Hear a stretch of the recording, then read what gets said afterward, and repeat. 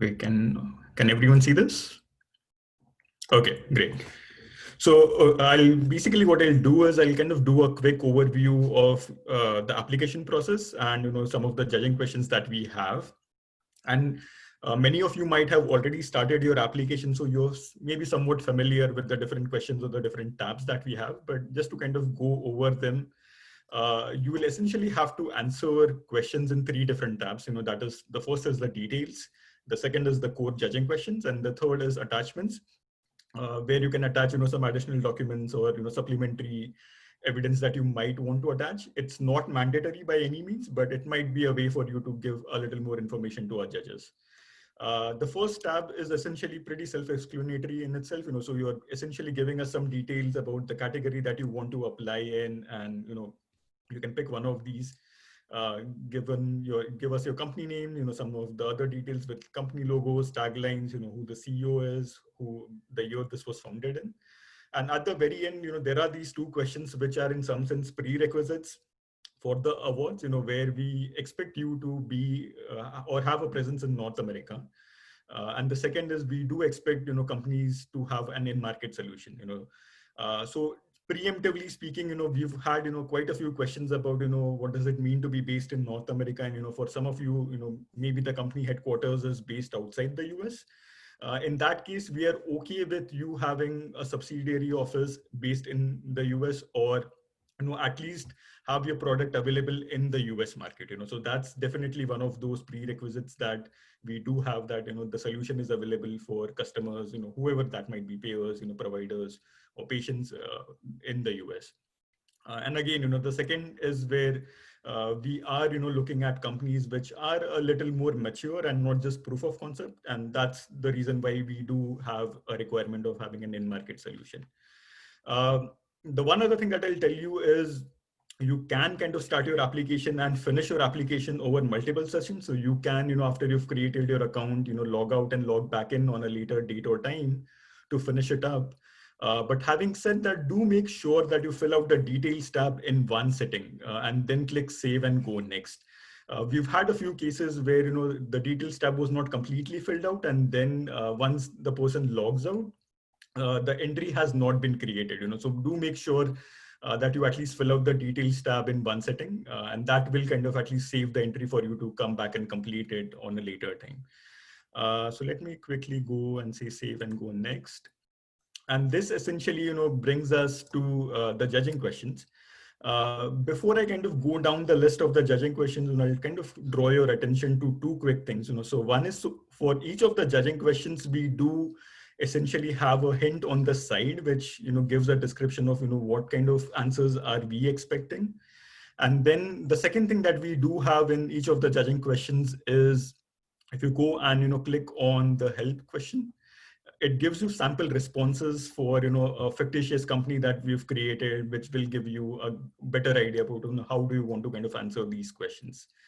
Having said that, I think the overall theme again, for most judging questions, and the takeaway is that we want to see companies which are building something new and innovative, B, are differentiated in some ways from the competition, and C, again, most importantly, there has been some customer validation, and you do have some customer traction, so that's going to be the running theme of what you want to think about when you answer these questions. So just kind of starting off on top, the first question essentially, starts with asking what kind of problem is your technology or solution trying to solve. Going down, then can you describe your technology, product, or solution in brief?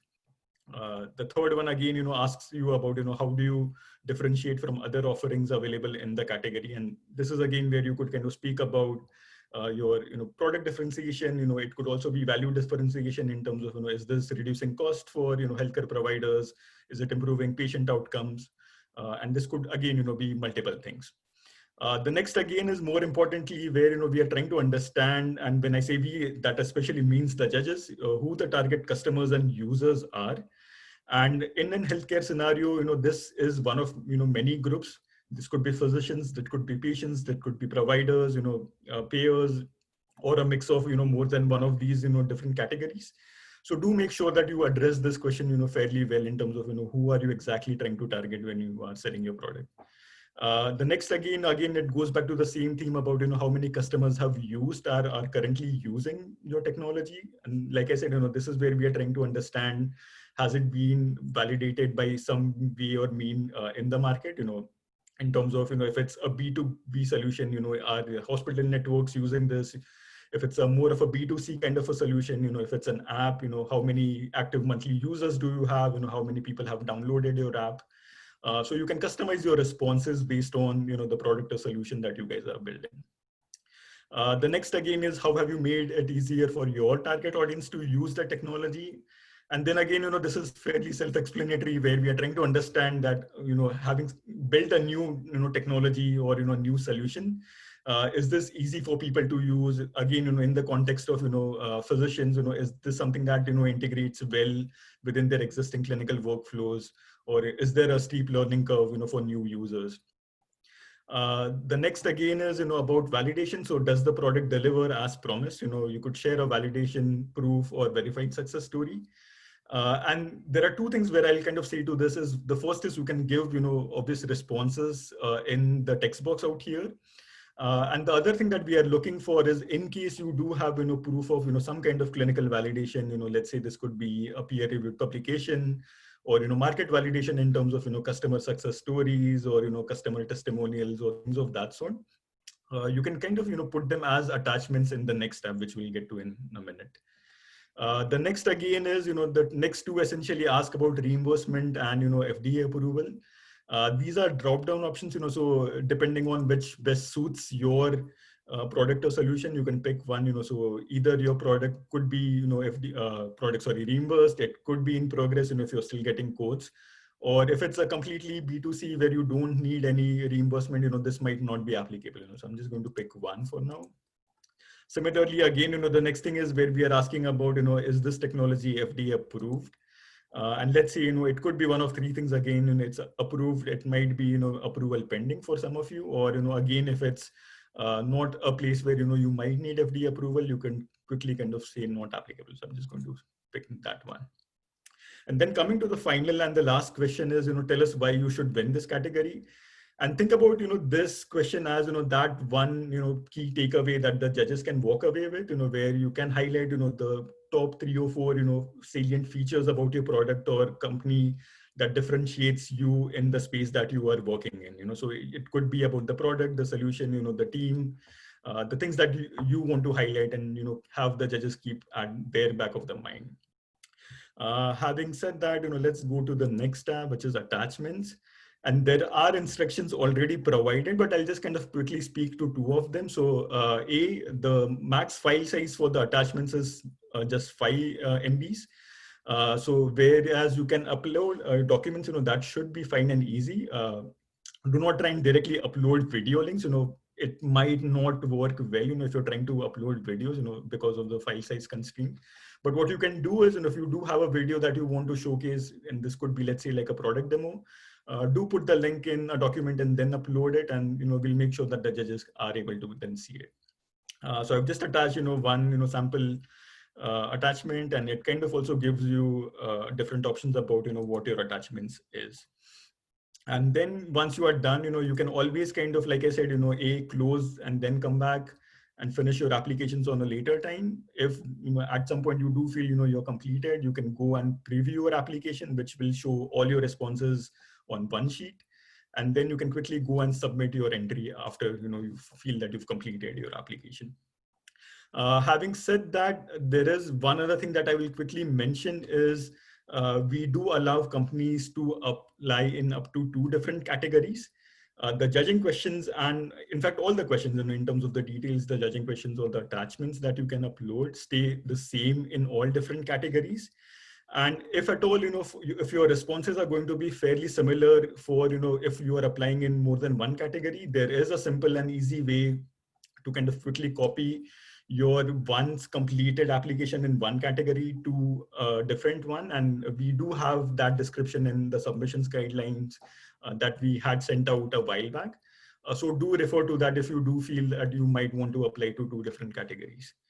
So I'll stop at that. And I'll just do a quick check if there are questions about either the judging questions or application process at this point.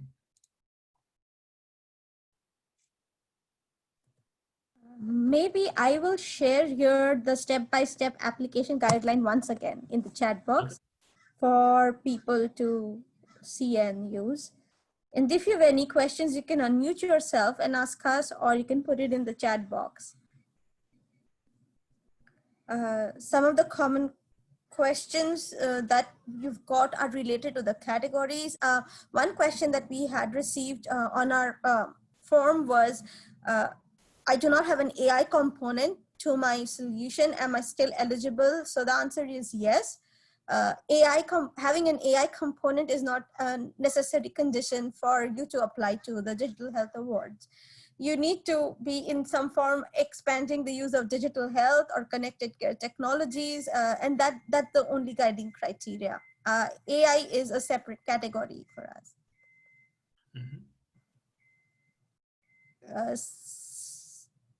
I have a question, if that's all right. Yes, please go ahead. So I'm working with a client right now, and we're trying to figure out which, we have a bunch of products to choose from that we'd like to, we're wondering basically, do you think it would be, would you prefer an application that looks at a product that's a little bit timely and shows off more innovation, but doesn't necessarily have clear results yet, proof points, or an existing product that would have some more proof points to share? I think that the choices are totally the companies, but like our judges would basically look for solutions that are validated, because that's an important criteria. So to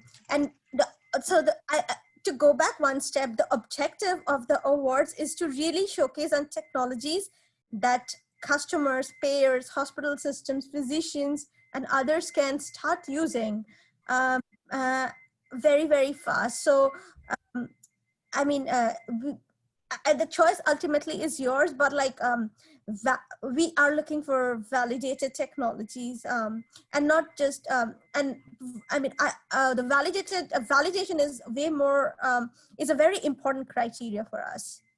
And just to add to what Andrela just said, so even if you kind of go back and look at the past year's winners, you will see the fact that, the judges lean towards, companies which put in, more, validated, products or solutions in their applications. So these were not, a very early stage companies or startups to begin with. And even if they were early stage companies, their products had been, either clinically validated or, in the market had been adopted by some customers. So there is definitely some interest or, amongst the judges to gravitate towards solutions that are, already being used in some way or form. Thank you so much. I really appreciate it. Thank you. There have been a few questions around if there are any fees to the application process. So at this stage, we are right now submitting entries at the preliminary stage. At this stage, there are no charges for you to submit an entry. However, for the companies that are qualified as quarterfinalists, which means the top 14 in each category, there is a charge of $250. We are charging that because we are a nonprofit, and that amount would be used to make sure that our awards event is great, not just the grand finale, but all the event that lead up to the awards. And to elaborate slightly on that, we have 3 stages to this competition. The first is the preliminary stage, in which you all are applying right now. Top 14 in each and every category would be selected as the quarterfinalists. After that, the third stage is the semi-finalists, in which the top 4 in each category would be selected. And finally, at our grand finale, the winner in every category will be announced. There is one question that we have: are health systems eligible to apply for an award? Yes, if you meet the criteria for any of these categories, like if your health system uses AI in some way or telehealth in some way, just to give you an example, or is an EHR solution, you choose your category and please go ahead and apply. And I think just one other thing, I don't know if Aneri did cover that and if I missed it, but as much as we do allow companies to apply in two categories, the possibility of winning only stays in one, so we want to kind of spread the love to as many companies as possible, so eventually you will only have a shot at winning in one category. So you can, progress in the quarters and semis in up to two categories, but, if you do get selected as a finalist and eventually a winner, that would only happen in one category. Right. I just have a question regarding that. So we're submitting in two categories. In the case that we're lucky enough to be chosen for both, would we give two $250 or just one still? Yeah, I think it's only a one-time fee, and even if you apply in two categories, it only stays $250 at that point. Okay. And I have another question while I'm on regarding the events. Are the events open to everyone applying? And then if you are not, because by the time the events start, you'll know that you haven't gone through, for example, right? But yeah. Oh, go ahead. Yeah, I mean, so yes, the events are open for everyone. So what's going to really happen is, imagine we're going to have some pre-announcement events, which are just basically around the awards in general, right? And then we're going to have some announcement events where we actually announce winners across the state. And because everything this year is virtual, and we understand because we have 15 categories, and imagine for the quarterfinals, we are announcing 14 winners in every category. We're not going to do it in one single day. We're going to break it down day-wise and category-wise, and we are working on that schedule right now so that we can give everyone a calendar. What will happen, and these events would be open for everyone, companies applying and other companies in our network, and also in the network of our partners who are supporting us very, very strongly. So they would be open for everyone.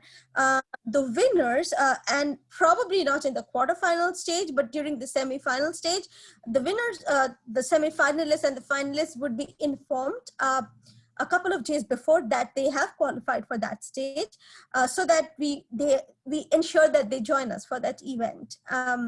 And if there is an entry who hasn't gone past a particular stage, you would receive an email to inform the same.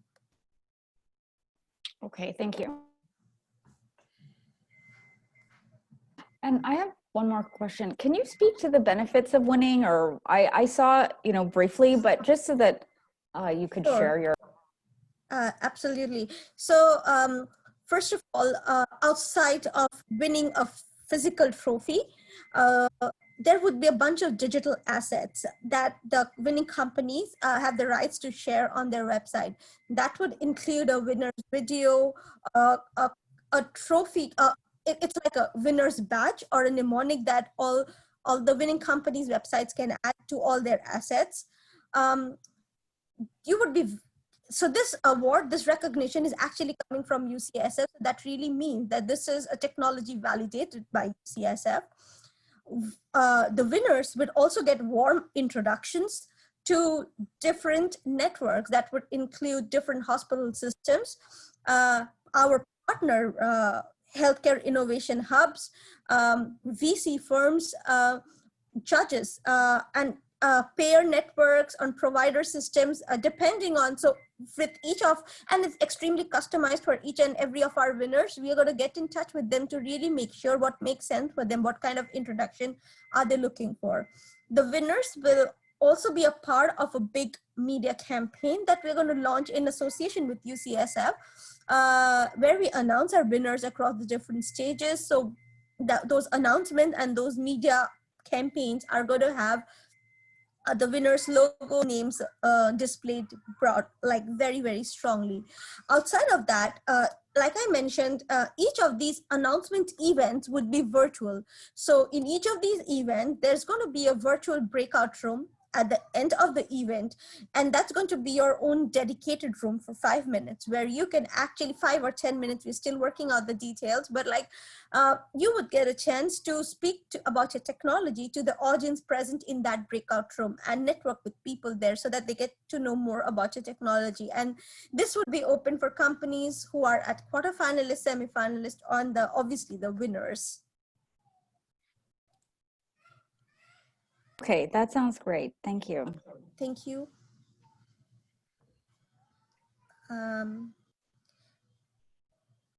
Let us know if there are any last questions. Otherwise, we will end this call and we will host this recording of the meeting on our website as well, so that you can refer to it at a later date. And feel free to reach out to Rutvik if you have any application related queries.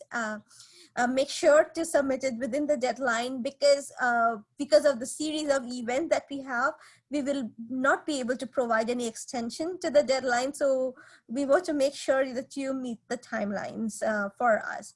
And we'll keep on reminding you as the deadline comes closer, but like the earlier the better, because if you face any challenges, Rutvik will have time now to help you through the process.